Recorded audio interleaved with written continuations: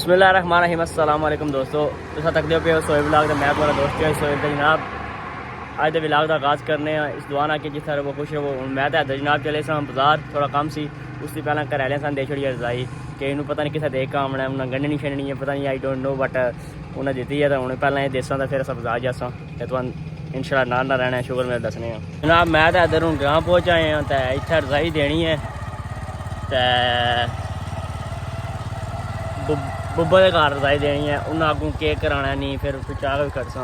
सारा कुछ उन्होंने नहीं कराना रजाई का। तुम पता सर्दियाँ शदियाँ आ गई तो रजाइयां शजाइयां कढ़ लियां ये दो रजाइयां जनाब तको अस किस तरह चाहिए रूह शूह ना पवाना जे कोई करना है ये रजाई देनी है तो फिर चलने बाजार। ऐसा आप ठीक बैठे हो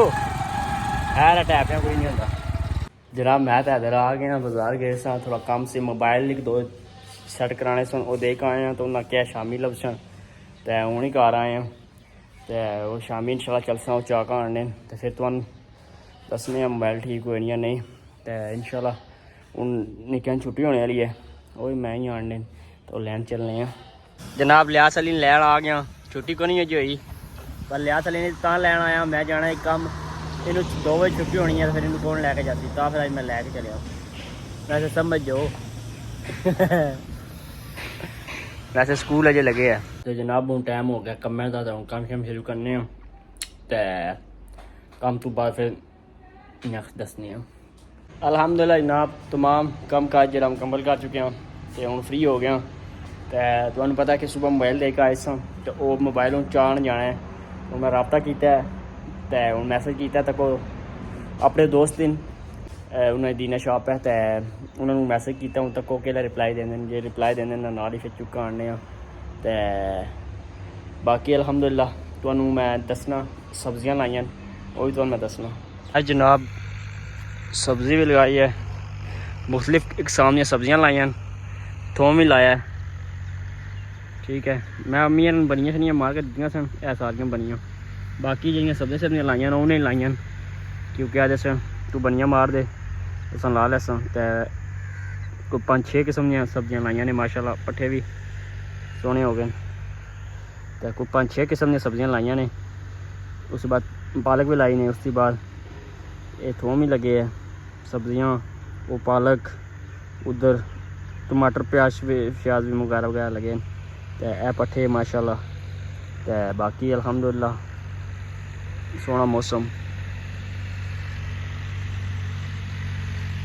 जनाब। चलने तो मोबाइल चुक के आने ताकि जल्दी जल्दी वापस आ जाइए सही हो गया जनाब। जर्सी मैं ला आया क्योंकि मैं उसका मोटरसाइकिल है पर सर्दी लगे पर को नहीं मौसम ठीक है गर्मी लगती सी जर्सी उतार आया तो मेरे नाल इधर नहीं जान लगे हूँ मेरे नाल लिहाज जैसी हूँ लिहाज की बारी है गड्डियां लंघदियां पियां शोर है आवाज़ कम आ रही है हूँ मैं तो लिहाज चले मोबाइल च आन तो फिर मिलने माशाल्लाह जय तको 2 बच्चे माशाल्लाह बड़े हो गए क्या बात है माशाल्लाह। उसके बाद जनाब 4 बच्चे थे माशाल्लाह क्या बैठी है